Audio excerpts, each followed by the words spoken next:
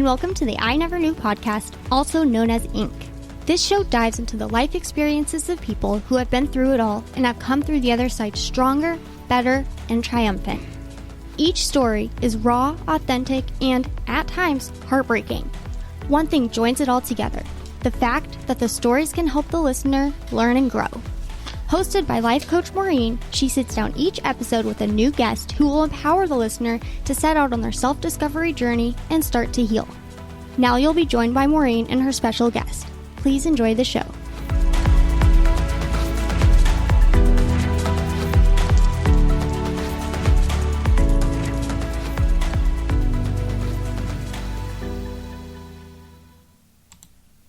Hello, listeners, and welcome to another episode of I Never Knew But My Dog Did podcast.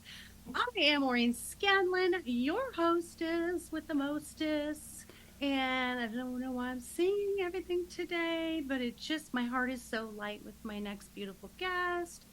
I am so excited. Today, I'm so excited. First of all, we are doing things in honor of Barbie and the power of being women. And I am just so thrilled to have my next guest because she represents everything to me that we should be and that we aim to be in this life. And it is just do you, just be you. And let's include everybody in allowing everybody to be accepted, included, and allowed to do anything that they want to do. So I'm going to tell you her story. So my next guest was born in Detroit. Currently, she is finding time to be an author, podcaster, advocate, and as I aim to be, I aspire like her to be a TedX speaker. She's living a confident, visible, and successful male to female cross-dressing life. Through a lifetime of experience and research, she has come to understand the many reasons men cross-dress, the struggles and fears they face, and the weight of the cross-dressing labels they accept but may not truly understand. And there was so much in her bio that I wanted to read a whole bunch of it, but what I'm going to do is I'm going to read this next part, but then we're going to talk to her and let her read some of that and discuss some of that. But she has an award-winning, E-Lit award-winning Living with Cross-Dressing book series, and it was written to demystify and destigmatize the dual gender experience for both cross-dressing men and their loved ones, spouses, and partners. She co-hosts the weekly The Fox and the Phoenix podcast, reinforcing the same positive and inclusive message of gender identity and expression. Whenever possible, she leads conference workshops and has given 2, not 1, but 2 TEDx talks, plus emceeing a 3rd. Her website, www.livingwithcrossdressing.com, is a repository of information to allow users to realize there is good information out there for consumption and contemplation. Oh my goodness, my new bestie. Hello, hey. Savannah. Hello, Maureen. That was amazing. That was the best intro ever. And we are living on top of this like love bubble because I'm like so energized to be here with you today. Savannah's in our love bubble. Woo, woo. That's my new thing. This podcast and everything that we are is a love bubble today. So here on I Never Knew, of course, we talk about our knee story, which is the idea behind my podcast is the overcoming and the struggle and that motivation for others to keep pushing on through things that they've been through. So we always start off with our knee story. So tell us, Savannah, how it came to be that you learned how you wanted to cross-dress and you had this really dual gender identification and the struggles that you've been through with that. Well, let's go backwards because if I go forwards, it'll be 7 hours of conversation. But I mean, I'm 50 something. Sorry, I was kidding. And it's only been within the last 6 years that I fully embraced Savannah. But I've been living with Savannah since I was 6 years old. So imagine pre-internet, imagine fetishistic, behind-the-counter tabloid. Think of how society deems us. Think about the like 70s, 80s of the Tootsies and the Bosom Buddies and the Miss Doubtfires and all those things that didn't really make sense to me as a man who wants to dress as a woman. So even growing up, even though we said, oh, there was plenty of people and there's celebrities and there's stories, no, we were always considered either doing it for deceit, like I need to see my children, so I'll be the nanny. I need a job on a soap opera, so I'll dress as a woman. Like all these things were never anything that like, yeah, that makes sense to me. That sounds correct to my heart. So I grew up conservative Midwest, luckily not very religious. I'll give you that. That was actually a plus and a bonus. But I spent years. It took my mid-20s and moving to New York to realize, like, oh my God, there's two men holding hands. Oh my God, there's a beautiful drag queen. Oh my God, there's like life outside, cis heteronormative. So I finally said in my 20s, I'm like, I am a transvestite. That's what I said in my head. And then I was like, ew, I don't like that word.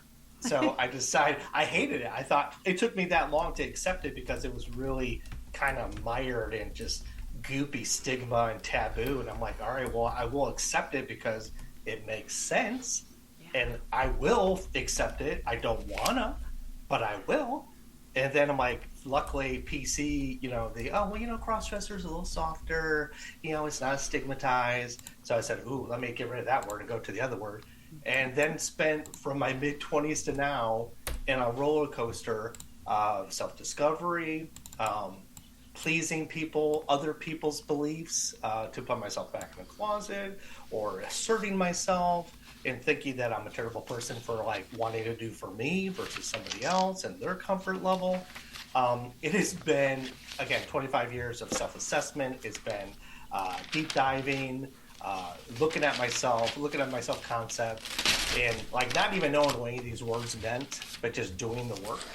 And then I came from New York, from Detroit to New York for 25 years, and then right down to South Carolina, y'all.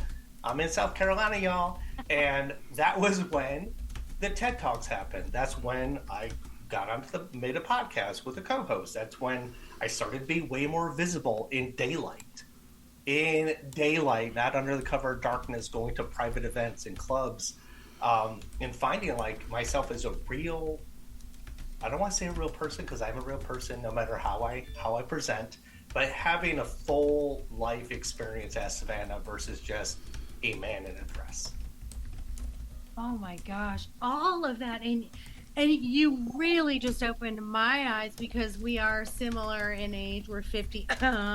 And, seriously, like my parents, come from Wisconsin, that Midwest mentality and very black and white thinking. We also did not have religion in my home, but they had definite, strong belief systems about gay and, just... Mm-hmm. You knew where they stood on everything, and they wanted you to stand in that same place, and it never felt right to me. It never did. And I knew, just like you said, you knew since you were 6 years old. I knew when I was 6 years old, like I was different because I didn't see things the way that they saw it.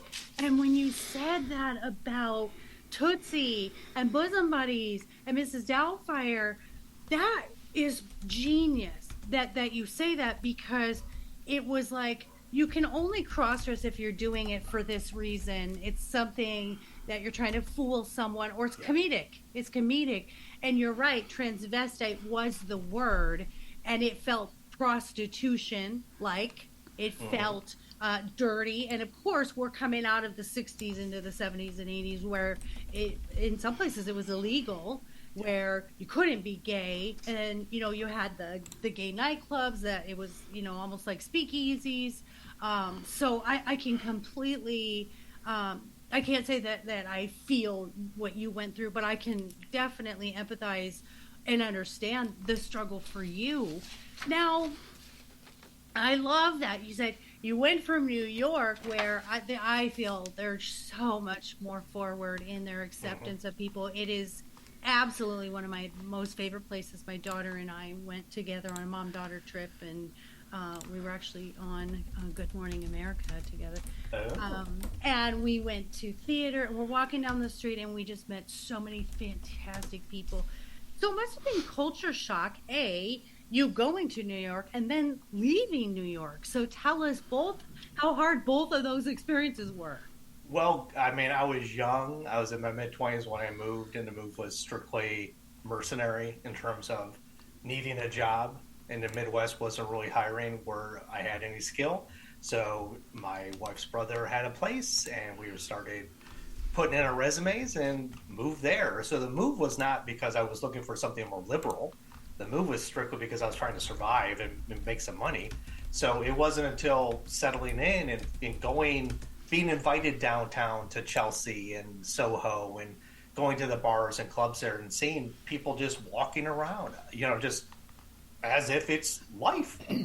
And that to me was culture shock. I'd be like, that doesn't make any sense. Those people are just walking around. Aren't they afraid of what may happen to them? And I didn't understand. I went to Lucky Chang's in '96, and that had just opened like a couple years prior, where celebrities were going, and it was all drag performed and drag hosted and a bartender's drag. And I went there, and it was like my mind was blown that this was a place that normal people went to and were in love with everybody who's performing and doing lip syncing and dancing and serving you and hosting. I had never seen people like celebrate it in that way. So to see gender diversity and presentation, alternative presentation, not pure biology being shown on display I didn't know what to do with it. But it was the first step of being like, if they can do it, then it's good, okay for me to say it's okay for me. Yes, I feel like it was your Oz. It was like the yellow brick road took you to this place where it was like, wait a minute, they're not afraid, Yeah.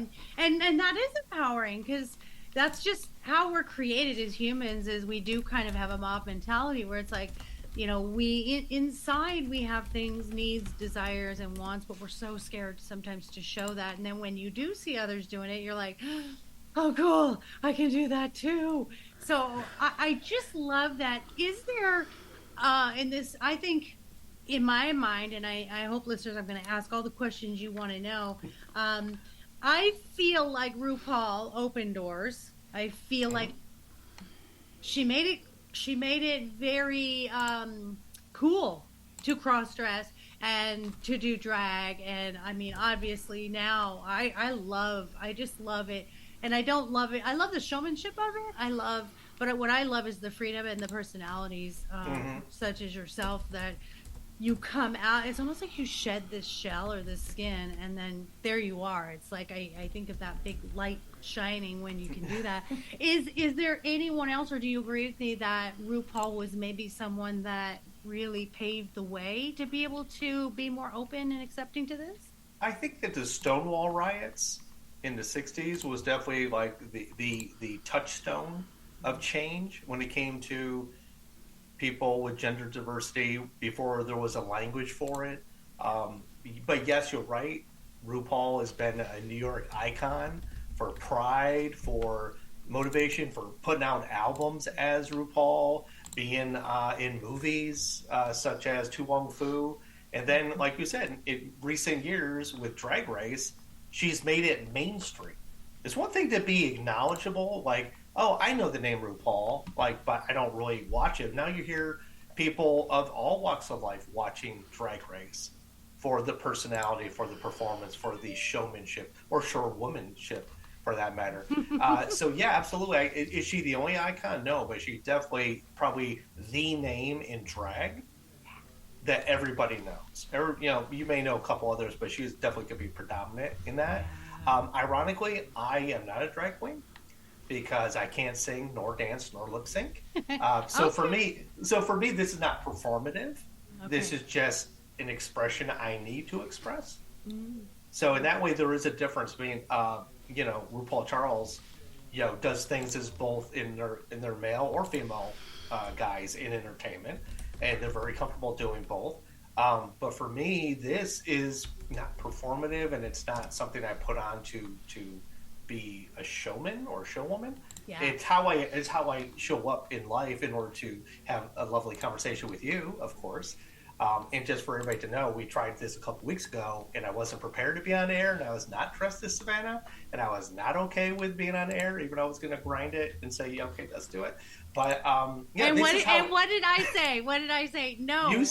You said, basically in your head, you're like, I see your face and the fear, and then you said out loud, it's like, let's do this when you're more comfortable and feeling like you're centered in who you are. Oh my gosh, yes. There was no way, listeners, and I hope you guys are going to watch this on YouTube, because it's really, you need to really see it on YouTube and to see how beautiful she is and just how full of light she is.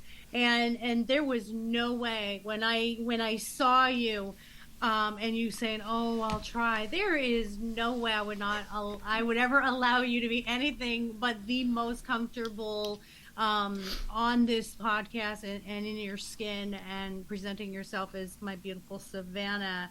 But that's a really great distinction that you just made. So there's cross-dressing and there's drag queens, and so the drag queens are more entertainment focused, and then the cross-dressing is our expression of our female energy and our female side that we embrace. Is that yes? Yes, absolutely. And you could say being a drag queen uses cross-dressing because these are men, mostly men. Not all drag queens are men, but mostly men who use cross-dressing to find that performative identity that they go up on stage as. For me, it is not that. It's just me living in the world. And to your point, yes, cross-dressing is an action in order to, like you said, embody and present our feminine energy to whatever degree that is and whatever intensity that is. Yeah. So for me, you would never see me walking around like Billy Porter, with a beard and makeup and a gown under a carpet. You're always going to see either all Savannah or all Chuck. So that's why last time we did this, I thought it would be a disservice as well to show up and have this conversation and not be embodying my energy the way I should. 100%. I'm 100,000,000%. I just love that. Now, here's the interesting thing. So, and I think I love that we're embracing more that men can have female energy. And I think I had interviewed a guest on the podcast early on when I started it, and he's talking about like highly sensitive men and how it's okay to be softer, to be embracing emotion. And it really, it's something, especially me being married to an engineer, I've worked with him for the last 7 years of saying it's okay to have emotion because he didn't really have that. And now we watch movies and he's got tears streaming down his face, and I see him looking over to see if I'm crying, and I'm not crying, and I've got a very strong male energy. So, it's very interesting. And then my grandson, I call him a squish because he's so in tune with his female side. In fact, a lot of kids at school ask if he's gay. They do, and he laughs it off. He isn't. He doesn't feel that way, but he is so in tune and so emotionally intelligent that I love that he's embracing it. And you're gonna love this. You're gonna love it. I think all of you will love this. And I'll say, are you? Because I'm gonna go march in that parade with you, right? Are you sure? Because if you are, and he's like, Grandma, I think you want me to be more gay more than I want to be gay. Like, Maureen, could you please stop grooming your grandchild? I'm just saying. I'm like so over the top, like, no, really, I promise you, I've got rainbow stuff, and I'll be there with you. But here's the question I think listeners have is, how do you know where the line is between I want my male energy Chuck and my female energy Savannah? Where is the distinction between those who decide I want to transgender, or I want to actually make the move to embrace this energy more than this energy? Is there a moment, or is there just a knowing, do you think, since you're young? I have to ask you to reframe it, because are we talking about just me personally, or are we talking about people in general who may move to transition? Yeah. Okay. And I did not say that well, so I was... Okay. That's my ADD. I'm getting ahead. My brain's ahead of my mouth. My speech. Right. So, if you feel the need to express yourself as a woman, but you still embrace Chuck as well, is that what keeps you from transitioning? Oh, wow, what a way to put it, because it doesn't keep me from anything. It is about the exploration, kind of like your grandson, like exploring the feminine space and embodying that and embracing that. It took me freaking 40 some years to embrace me in a full way. Now, I still consider myself non-transitioning. For me, I've always loved Chuck, but because Chuck exists, Chuck is my touchstone, is my biology, and I'm not looking to give up my biology to become female, like medically, chemically, cosmetically. I will say this: if I woke up, I tell my girlfriend this all the time. I said, if I wake up tomorrow a woman, I'm like, I guess I'm like living the second half this way. It's like, I would not be upset about it. Would I regret like not having an easier way to be masculine again, especially with the biological parts and pieces that come with that? I probably would have some regret. So in that way, it does indicate and inform where I live on the spectrum of my gender, or my dual genderness. Is like I'm kind of right there in the middle. Like, I love being Chuck and I love being Savannah. And the only thing is, I wish being Savannah took less time and effort, and I didn't have to put on so much padding and corsetry and make it work for my for who I am. But no, I mean, I love Chuck. Chuck has a very easy time, I guess, if you want to say for nothing else, because Chuck is who I am. Chuck brings the money in. Chuck's the one who went to college. Chuck's done all this stuff. Chuck's led a full life, and Savannah, unfortunately, has led a very truncated adolescence.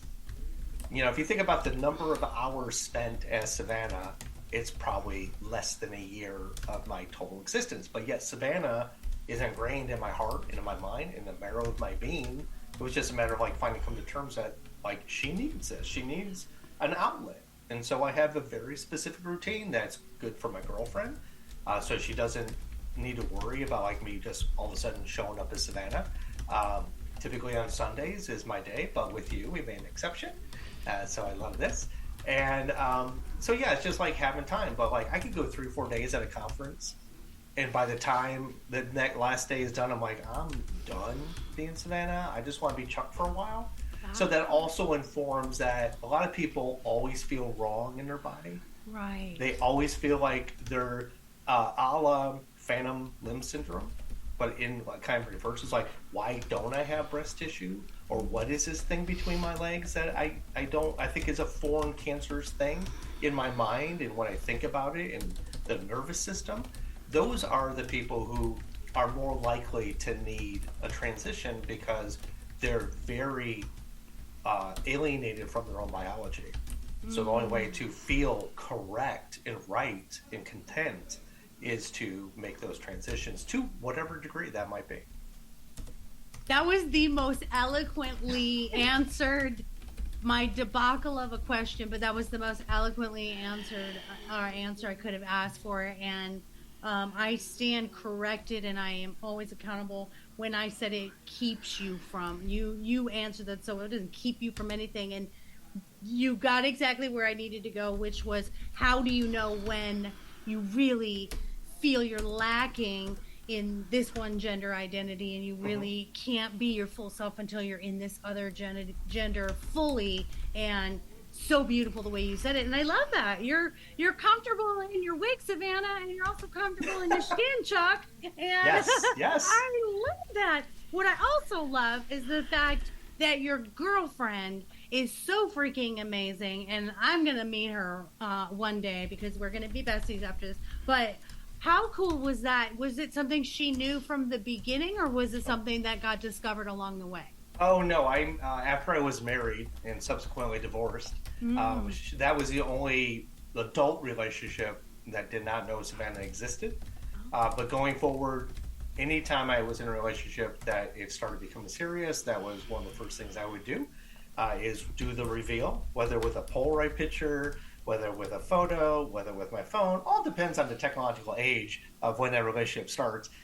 So yes, my girlfriend at present, we've been together 9 years, and she is known from day one that, for the moment it was like, wow, this could be serious, because we had known each other for a year prior to that. But as it was becoming more serious and we were like starting to turn that corner of like, ooh, this is going to become a relationship, intimate relationship, then it was like, hey, I need to show you something. And that something was Savannah in all her glory in that day and age. But my girlfriend didn't know anything about cross-dressing. She'd seen Tootsie. She'd seen Rocky Horror. She knew what drag queens were. But she didn't. She's actually spoke about this recently on a podcast episode that's upcoming for our show, is that she didn't have any understanding that a man who wanted to dress as a woman was just to be comfortable in their feminine energy. She also thought it was like performative. It was, for comedy. It was for deceit. There was always another reason to do it other than like your personal happiness. Yeah. How fantastic is that? And I'm giving you a giant kudos because transparency and honesty is so important that, you put everything on the line and said, I really care about this person and I really want a commitment with them and I need to be open and honest rather than hiding and being in the closet, quote unquote, about this any further, right? Yes. And I love that she was, I'm sure she had questions, but it sounds like she loved you. I mean, Yes. If my husband had been hiding it, if he did this and he's been hiding it all these years, I would be definitely upset more about the hiding part. Yes. So the fact that you were open about that and transparent, and I think that's a message to anyone who is transgender or anyone, LGBTQ or cross-dressing, anything, just be upfront and honest. And I tell this even with dating, straight heterosexual, nothing meant for you will ever miss you. And the right person who is in front of you, anything that you share with them and you're vulnerable about yourself and your deepest, darkest needs and wants and desires, if it's meant for you, they will love you and embrace that. And so that's important to be transparent like you. It is important, number one, because I'm too lazy to like be that covert all the time. And also I didn't want to live a life for myself where I could only get the sense of dressing if she wasn't around. I didn't want that in my life. I didn't want to be like so put myself in the closet just because I was too afraid to commit to transparency. Now that being said, and with a girlfriend who didn't know anything about the cross-dressing male to female experience, she had to learn what it was like. And I gave her all sorts of books to read, which apparently didn't do me any favors because they did not speak to the experience that I have gone through. They did not speak about a non-transitioning male to female cross-dressing experience. So because of that, I shot myself in the foot as a result, because what she read, she took to heart. And so I had to dig myself out of those holes. Yeah. To my own chagrin, that's on me. But that's why I wrote the book that I wrote. The first book I wrote did exactly what you said. What happens if you're in a marriage for 25 years and your husband all of a sudden comes out and says, hey, there's this feminine side that you never knew about, that I hid so well, and now there's trust issues, now there's grieving the marriage you thought you had versus the marriage you now have, and what does that look like for me as a partner? Where do I go? I didn't sign up for this. It's like I didn't sign up to have a man who likes to dress as a woman. What about me? What about my needs? Like, how do I defend you to others? Yeah. All of those things get wrapped up. And so my first book was all these stories about couples just locally on Long Island when I wrote it and we lived there, about these experiences and what they were going through. Some were very fresh after 40 years of marriage. Some were the one man met his girlfriend as his femme self, so he was worried how she would take his male self. So there was like all these dynamics, and while it was all about kind of that reveal, every situation was different and every reaction was different. Some wholeheartedly was like, I'm all on board, and then found out later maybe not so much because they're so gung-ho and I love my partner and this is perfect, but then like, ooh, I'm not sure how I feel because now I'm processing. Like grief processes differently, like how you understand and come to it, what you knew about it prior. All these things are at play. So it is not just like, oh, I'll just do this and it'll be fine. Because even my girlfriend and I have been evolving over all these years. We go to couples counseling just to keep on beat and like stay tuned up and learn more about each other. Whereas I've never done that for myself. I never had therapy for Savannah because I did that deep dive over 40 years. But with a partner, it's different. You got to understand the nuances. As when I totally endorse anybody in my situation with a partner, whether married or not, I think therapy is always a bonus and a plus. I love it. I love it. And I'm a relationship coach and I embrace it all. So you know what? Anybody can come to me and I definitely would help you through all of that. I think that's so fantastic. And what I was thinking as you were speaking was how do we tell our families? And I know that's the age old coming out question to our families and if someone wants to transition, I mean, that's a hard thing. And do we have to? Do we have to come out to our families if this is something that we don't feel will be embraced? Or does that inhibit our freedom of expressing ourselves in the other gender if we don't do that? Same as not expressing being gay, right? Right. It is all dependent. For me, it's easy enough to not tell anybody because I have to tell people at work who I want to share Savannah with. And I said, hey, I'm going on this podcast tonight, and I got to leave early so I can dress. Okay, LOL, boss. And I told my boss after working with him for 26 years, and I just told him this year because I felt like we finally got close enough that not telling him, I felt bad.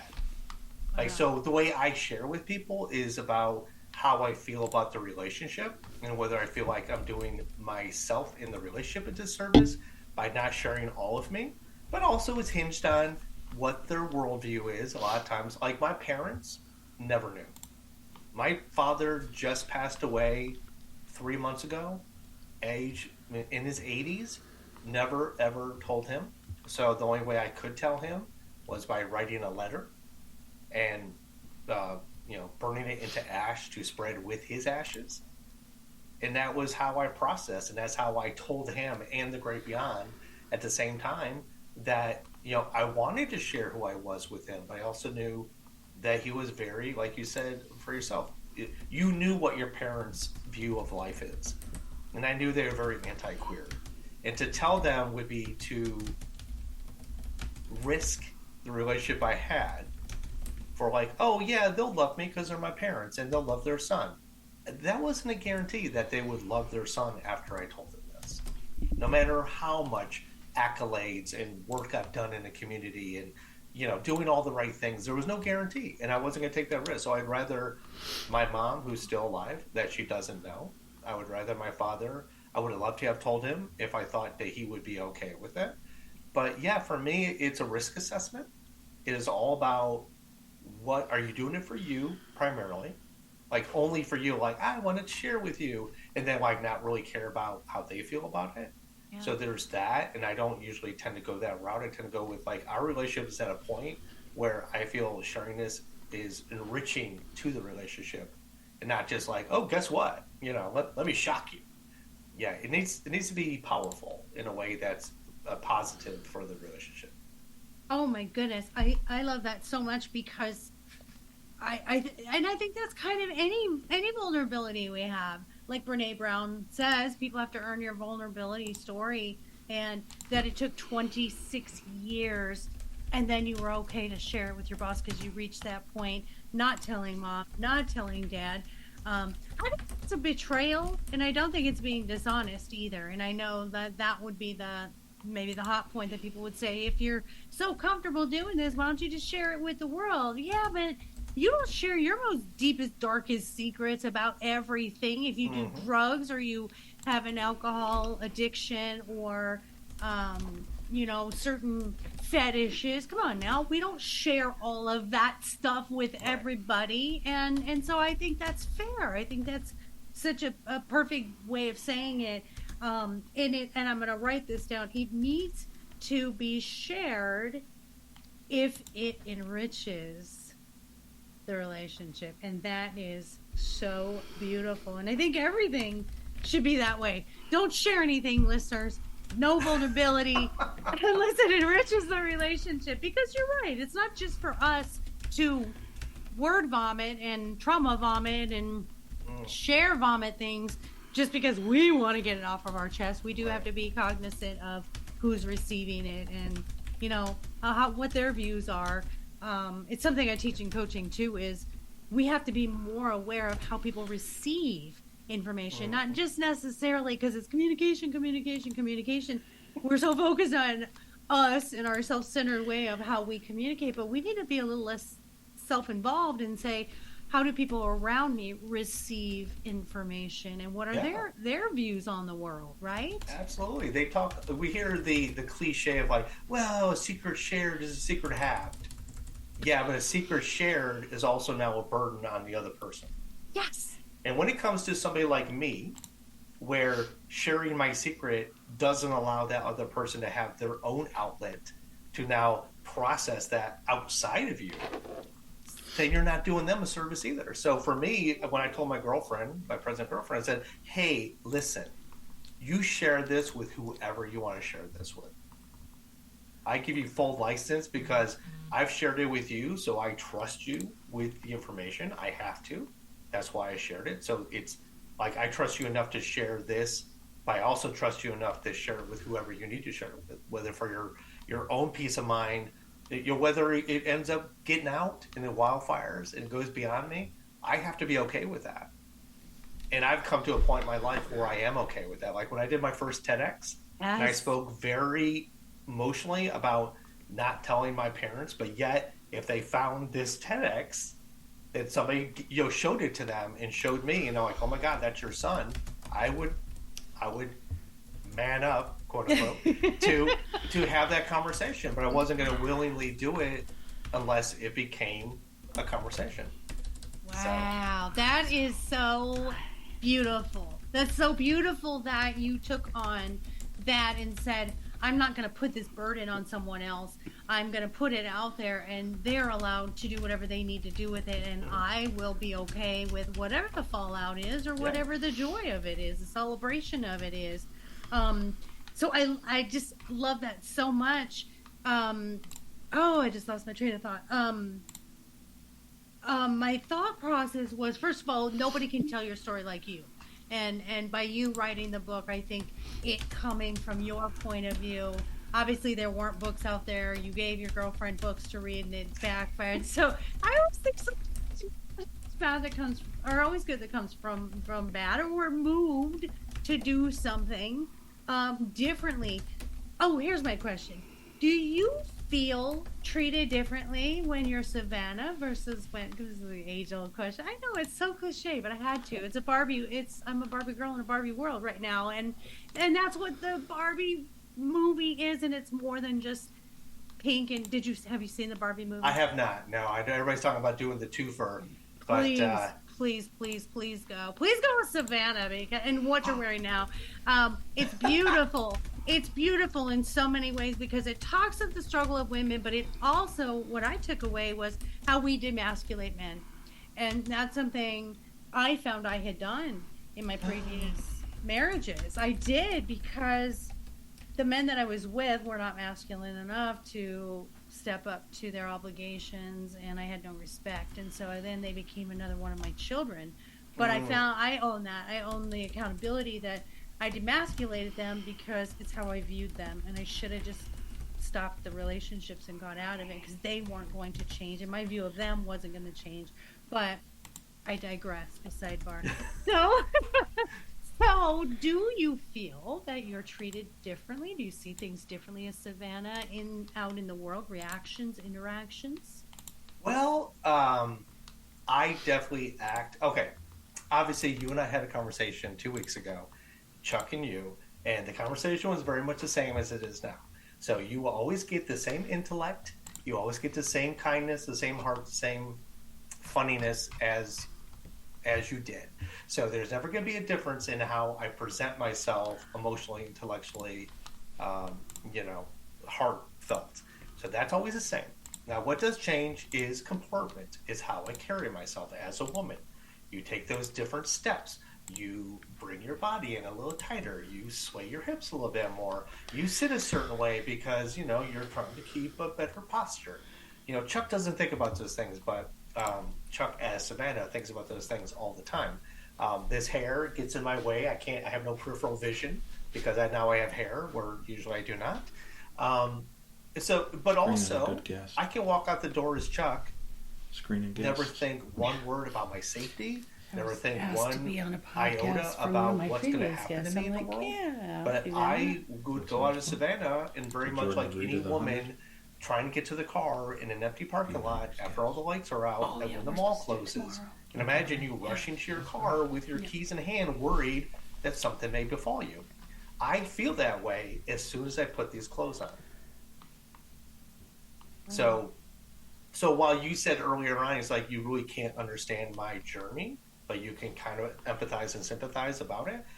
They're in some ways very akin. Whereas as a woman, you have things that you've been taught to have fear of or be aware of. As Savannah, I feel the same way, even though I'm still have the same muscles as a man as I do as Savannah. I do fear because not necessarily of being a woman, but because I am a trans person. And because I'm a trans person, this is my armor. This is how I come into the world. So I better come correct. I better have my makeup on point. I better have the dress on, like just so. I make sure I go into the world looking as passable and unclockable as possible so that I can kind of skirt, no pun intended, skirt the things that may happen to me because somebody sees a trans person and they have some worldview issue about it. So. Oh my gosh! How? Oh my! I'm speechless right now because I hadn't thought of that.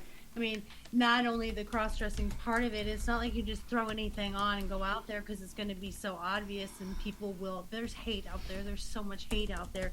But like you said, I have to work even extra hard to look as much like a woman as I possibly can, which is so, like, my heart hurts right now. You know, just all the work that goes into our appearances, our outside validations, and our fears of others' opinions and judgments and thoughts. And truly, my knowing as a medium and just as a human and as a spirit, we don't have genders and spirits. I don't know why when we come into this human experience that it's such a big factor. I mean, it is learning. It obviously is a learning lesson for a reason. We're learning acceptance and love and compassion, but it's just, I had not thought about that at all. It's not like you're doing the performance drag queen thing where it's over the top. That's different. People look at that and laugh, and it's entertaining and it's fun, and we know they're just these big buoyant personalities trying to be noticed, and you're expressing your feminine side and trying to be sort of as unnoticed. Yeah. Oh, this how to be big and small at the same time. How to stand out in the world without being seen. It's a dichotomy. It's a mind blower. I always tell people that I feel like I have to be a 12 on a scale of 10 in order to feel like a 6. So I always put everything super on point as best I can. For the sake of that, I need this as my armor. This is my protection in a world that doesn't really fully endorse me yet. Now, will I feel if the world was different, would I put less effort in? Maybe. But I also have a very feminine iconology that I want to establish. Like, I want to look a certain way. I want to present myself in a certain way. So I'm not willing to shortcut that for just like, I'm just going to go out in sweats and, a big baggy shirt. Yeah, because that's the whole point, is to show your feminine energy and yes, to feel pretty and to feel softer. And I totally get that, where maybe I embrace my masculinity when I messy bun it and throw on a t-shirt, And here I am looking at you going, you're the epitome of femininity. Like, you already have naturally what I want to get to, like in like my contouring and my makeup and my body contouring and the padding. It's like you have that like at your fingertips as soon as you wake up in the morning. And this is something I have to put 90 minutes into look like this. Oh my God. Well, and then there's the pink tax, but we're not going to go into that because you seem expensive it is to be a woman, right? Yes. Yes, I understand about pink razor blades versus regular blue Bics. I know. It is ridiculous, and all the squeezing and the tucking and the moisturizing and oh my gosh, and the eyelashes and yeah. That's why I think my masculine energy is so strong, because I'm like, I don't want to do all that, and I'm just. But you don't have to. See, so that is one major big difference, is that you've lived as you 100% of your life. You've grown up. You had adolescence. You had your formative years. You are you. So, in a lot of times, for good or bad, we take that person for granted because we've lived that life. So we don't strive to elevate it every second of every day because you're in your body. You're comfortable in who you are. You don't need to elevate it because you are you. Whereas Chuck feels the same way. I don't need to elevate Chuck because Chuck has been living this life since birth. It's Savannah who needs protection, needs a proper presentation, needs to be safe in the world. All those things come into play regardless of how much time Chuck's put in. Yeah. Well, and this is a whole nother podcast, but the ageism thing is a big thing too. You know, you see yourself aging, and then there's more work to continue to look feminine, because you do tend to, as you age, you sort of get this masculine stuff going on. Yeah, but see, men as they age get more feminine because we lose, so it works in my favor. I'm just going to get softer with age, so it works out. So you're saying I should not pluck my chin hairs anymore and just try to grow a beard? If that's how you want to come up in the world, I'm all for it. I so don't have chin hairs. It'll be like scratchy when I kiss you on the cheek, but I'm cool with that. I know, because Savannah's coming to hang out with me in Austin because we keep it weird here, and we're both pretty weird. So I just love it. So I love what you said, because the question that I always ask is, what do you know now that you never knew? And I love what you wrote. So tell me if you can remember it, or if you can. I don't remember what I wrote. It's been months ago. Okay, I'm gonna read it, and then you can elaborate. Okay. So what you wrote is, I never knew that I could self-actualize my gender authenticity as both Chuck and Savannah without wholly relying on the strength and protection of others who would most certainly support me. At times, the idea of relying on my own bravery and confidence seemed out of reach, foolhardy, and impossible. But now I know I did have a well of confidence and self-reliance that propels me ever forward into the public world. And I think that applies to every single one of us, regardless of gender and cross-dressing and sexuality and where you are in life and financials. I think you said it so beautifully. So what do you want to end us with? How do we get your books? How do we contact you? All the good stuff, and I'll have it in your podcast episode as well. But tell us where to find you. What if someone's in the closet and they want to reach out? Tell us how we can find you. Well, you can find me. I mean, whoever wrote that was amazing. I must have been possessed because I don't remember writing that, but that sounds so good. I'm going to put that on my website. You can find me. I have a contact me on livingwithcrossdressing.com, so you can reach me through that form, which some people, both crossdressers and their partners, have reached out to me that way. You can find me on Facebook at Savannah Hauk, and that's Hawk with a U, not a W. Also Instagram at Savannah Hauk. I also am on Facebook at Living with Crossdressing, also the Fox and the Phoenix podcast, which also has an Instagram as well. You can find my books on Amazon or wherever you get your digital downloads.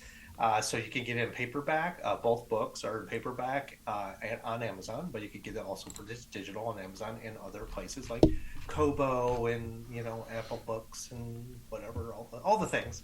The podcast is on Spotify, iHeartRadio, Apple Podcasts as well. What else can I tell you? Oh, the TEDx's, just look for my name, Savannah Hauk, TEDx on YouTube, and you'll find those two are loaded there. One for Emory University in Atlanta and one for North Carolina State University. I love those. I was so happy to be a part of those projects. What else can I tell you? I hate plugging myself. Plugging myself is like the worst part of my thing. But yeah, anybody who wants to get a hold of me can just get a hold of me through any of the social media channels. Just say that you found me through this show, and that way I'll know that you're coming with love in your heart and a want for information, and I will help you any way I can. Yes, listeners, make sure you mention I never knew, so he knows you're my friend, you're my people.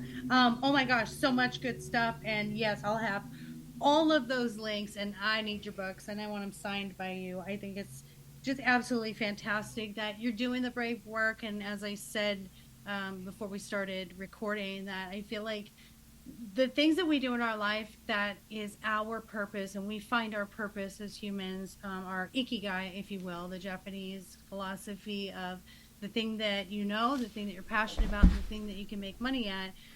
It's the thing in the middle that is our purpose.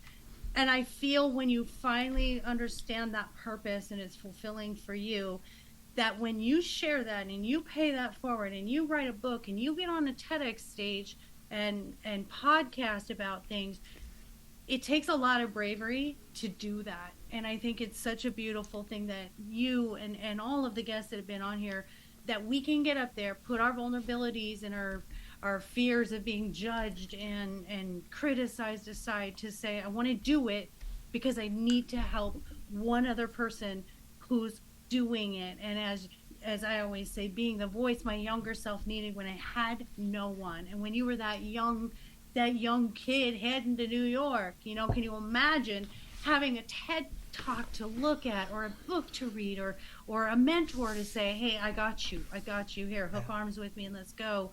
That's what this is about. And I can't thank you enough for being you, both Savannah and Chuck. We get double trouble when it comes to you, and double light and double beauty. And I just think you're super, you're just such a light that is doing such good things in this world. And these are not topics that everybody talks about. And to be able to do this, what they call taboo topic, or, these things that we're, like you said, we're not quite where we need to be yet, but we're getting there because of you and your bravery. And I love you to pieces. And I told you we're besties now. Yes. So whether you like it or not, I'm going to stalk you. No, just kidding. No, you can. I'm all about stalking. That's fine. Because I need that validation. My pretty and pink partner. So thank you for this hour that you just gifted to all of us listeners, to have a better understanding and more open-mindedness to accept one another in the world and try better to understand it and not judge it. So thank you, my love. Thank you so much. Sending a lot back. Hang on with me. So guys, that'll do it for today's episode. I really hope you enjoyed Savannah as much as I did, and got some clarity and some understanding, and even some compassion and empathy and love and just acceptance that let's just let everybody do them. Do you. So thank you all. I love you all for being here. I say this all the time, but it really is from the bottom of my heart. This is my passion, my purpose. If you need any life coaching, I do also a lot of LGBTQ coaching. So I'm going to add that in there. I'm a member of the LGBTQ neighborhood, and I am part of Pflugerville Pride here. I'm going to actually start volunteering in my town. But so if you need anything, you need help coming out, you need help accepting or understanding or just loving yourself, I'm with you at lifecoachmaureen.com. Don't forget my books on Amazon as well. I'm all about the puppies. So my dog is more enlightened than I am, and my dog is my relationship coach. And big surprise coming up, I have a third book in progress, just started publishing process. I can't wait to announce that one. Don't forget our puppy boutique, mydogiseverything.net, where we have all homemade, holistic, healthy, homeopathic treats, paw bombs, soaps, and fun apparel and safety products for your puppies. I love you all. Until next week, take care of you, take care of each other, most of all, take care of those furry babies. Please adopt and don't shop. And we'll see ya next week.